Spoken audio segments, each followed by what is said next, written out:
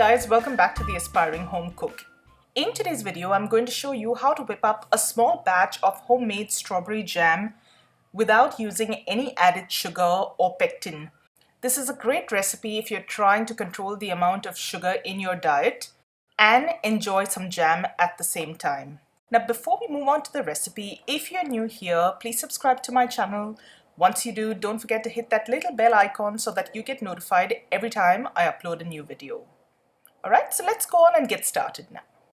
So we're going to start off with some strawberries. I need 2 cups of chopped strawberries. These have been washed previously.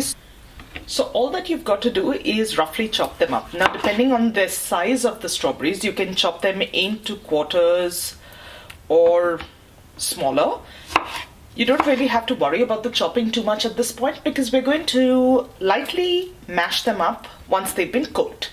So I'm just roughly chopping them up like you see here. And I'm going to continue with this until I've got 2 cups of chopped strawberries. Now all that we've got left to do is take our 2 cups of chopped strawberries, pour them into a saucepan like this. I'm now going to place this on some medium heat, medium-high will do, until this breaks down for about 5 minutes. I would just stir it up from time to time so that it doesn't burn at the bottom. Now we've got strawberries in abundance at the moment, so I'm using fresh strawberries. However, if you only have access to frozen berries, those would work equally well. So just substitute the fresh berries for the frozen.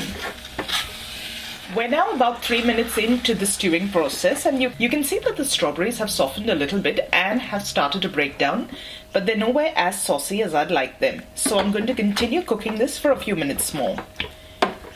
Just remember to keep stirring every once in a while so that the heat in the pan is evenly distributed. Now, like you can see here, the strawberries have broken down considerably and they've gone fairly soft. So if I were to press a piece of berry against the back of the spoon, I can see that it breaks down fairly easily with just a little bit of resistance. I'm happy with that. I'm going to turn the heat off and take this off the stove. Now at this point, there's very little left to do. I'm going to use a good old potato masher and just lightly break this down even more. I'd like a few chunks of strawberry in my jam, so I'm not going to break this down completely. But if you don't want pieces of fruit, you can mash it up a little more than I will. So we're going to brighten this up with a little bit of lemon juice, about 1 to 2 tablespoons.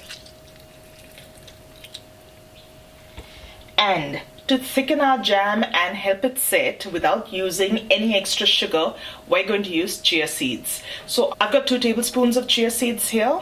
Just going to pop them in and I'm going to stir that through.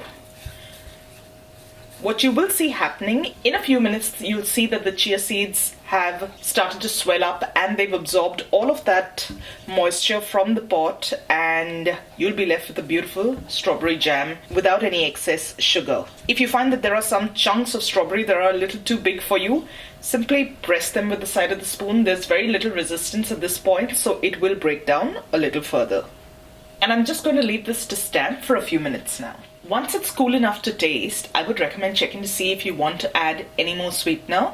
And if you do, you can add in a little maple syrup, you can add in some honey if you'd like. Add just enough to sweeten it to your taste, and that's what I like about this jam. It's brilliant if you're trying to control your sugar intake. All that you've got there is the sweetness from the berries and as much sweetener as you'd like to put in.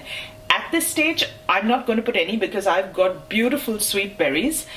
And once your jam has cooled down, you're just going to decant it into a container of your choice. You can see it's nice and thick. I'll probably get a smaller spoon to help this.